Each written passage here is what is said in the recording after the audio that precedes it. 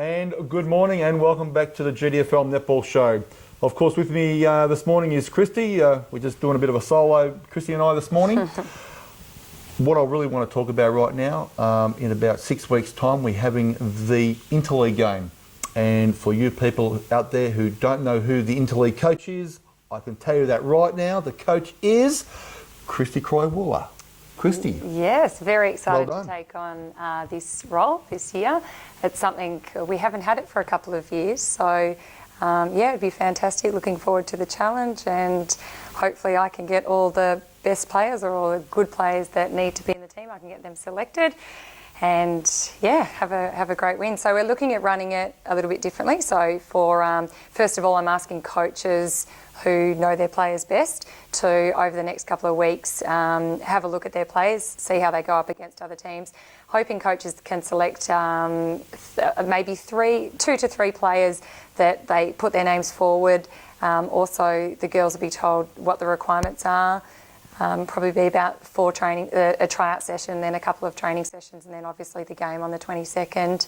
So yeah, they will be asked to try out, but again, we're not just putting it out there to anyone to come and try out. It'll be, if your coach has put your name forward, that then you can come out and try. And it's open to all teams, and yeah, so certainly if you're one of the stronger players in your team, your coach will hopefully have your name forward and you'll be there. And I also want to say it's a fantastic thing. So let's showcase the GDFL. We have fantastic netballers in the GDFL. We probably don't get maybe as much because our competition can be maybe not as close as some of the other teams in the other competitions. So hopefully we can showcase what the GDFL has to offer, and then we will get juniors really wanting to play in the GDFL and other girls coming across. So, because I know in the past we've lost players to other leagues and things like that, but you know, we want to show what we've got.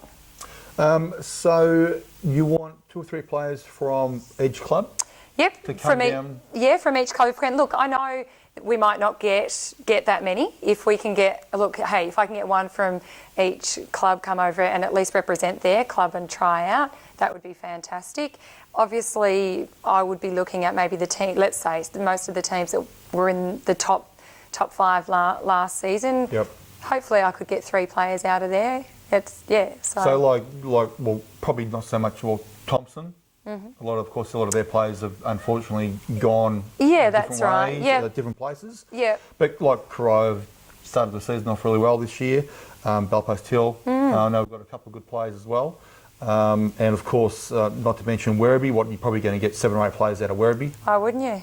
Oh my God! I knew she was going to say that. It was a trap, and she fell right into it. Look, trying out, that's the fairest way we're going to do it. Look, if you think you've got more than 3 players that you believe need to be in the team, hey, I am not going to have anything against that. Send them along to the tryouts. If they deserve to be in the team, they will make the team. Okay. Yep. So you're just going to pick the best players from the league? But look, best players from the league, yep, definitely. Yep. And again, there may be people might question one, I can only have 2 goalers that actually play, but I'll be selecting obviously more than 2 goalers, but of course, yeah, there'll be positions up for grabs, and hopefully I get the best players that should be playing. So you want that information back to you when? Yeah, so what I'm doing at the moment, I'm just I'll be in the next couple of days contacting each club, just putting it out there and letting them know the requirements of what I'm asking them to do. Also, I want the girls to know what the commitment's going to be. I know girls, as well as playing their Saturday netball, play midweek netball, so it might be a little bit difficult for them to take this on. It's not going to be something that's going to be a huge requirement in your other training sessions, but it is going to require a little bit of time from each player. So yeah. Okay, well that's really good. Are we playing in Geelong, or are we playing? We are playing in Geelong. Oh, good. I'm pretty sure it's at Bellpost Hill. That's where our training sessions will be, at Bellpost Hill. So are you going to? They'll be on a Monday or a Tuesday when Bellpost Hill aren't training, I suppose, or? Yeah, that still needs to be looked at. Needs to be looked at? Yeah, yep. Terry, they're coming up to Bellpost Hill training your courts, brother. I don't know whether you know or not, but there you go, you know now. That's right. Look, we don't have to train there. We can train anywhere. I don't mind. Okay, maybe not Werribee. Train at Werribee. And speaking of Werribee. Actually, we can train at Werribee. They've got new courts, and I'm very sorry to the Werribee people down there at the club. I did forget to mention that last week, but that is really exciting, being involved with the club for 9 years, and we haven't had courts. We've always played away from we used to play at Galvin Park, which was across from where the footballers were, but now it's great. It's got that club feeling, and I know other clubs have experienced it in the past, but once you do get your courts with your footballers, you're a club. So, how hard is it to get into the Werribee side, the A-grade side? How hard is it? Like, does someone have to die before someone gets in that side, or you just keep the same girls for like years and years and years? Well, we've played in the last 6 grand finals, or actually, let's just say we've played in the final series, I think, apart from maybe 1 year or something. So it's difficult. There's fantastic netballers there in that A-grade side. So, but just like every other club, there's tryouts, and we go through the processes that need to be taken to get into that Werribee side. So, yeah. All right. And listen, just before we came on today, you quickly touched on Bellpost Hill. And what were you saying about Bellpost Hill again? Just explain that just to the viewers. Okay, I will explain that you and I were discussing before the match that there are yourself and a couple of other coaches, maybe like the Bellpost Hill coach I can remember last year. He said that you have a goal that you want to score 60 goals a match. That's reasonable. I think you're asking a bit too much, personally.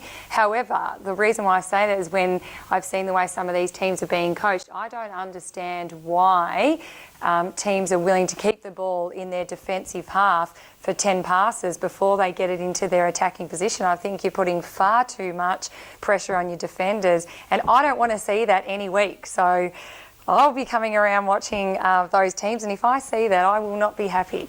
Well, does that upset you? Oh, it upsets me. It drives me insane. I saw it in the final series last year, and it did that. Those teams absolutely no justice whatsoever. So if you want to score 60 goals, get your ball out of your defence. That's what I'm saying. Do you think that now that you say you get a bit upset about it, do you think that could be exactly the same reason he does it? Yeah, but to get the opposition upset? Okay, the ball. I will say from the games that I've seen, 98% of the time the ball gets turned over. 98% of the time. The ball gets turned over or intercept. Yes. Wow. Well, we're going to have to keep an eye on that because I don't exactly believe that is true. Oh, right. Okay. So if you've got 3 really good defenders, let's say 3 Werribee defenders, don't you reckon the Werribee defenders could keep the ball down there? Why do I want to keep my I want to get... Just answer the question. The question is... keep the ball between themselves for Hang a minute, on. My question is, do you want to win a game or do you want to lose a game? To win a game of netball, you need to score goals. Get your ball out of your defence and get it into your attack end, because you cannot score goals in your defensive end. All right. There you go, girls. You can't score goals in defensive end, and she's right. So we'll go to a quick break, and we'll be back in a minute.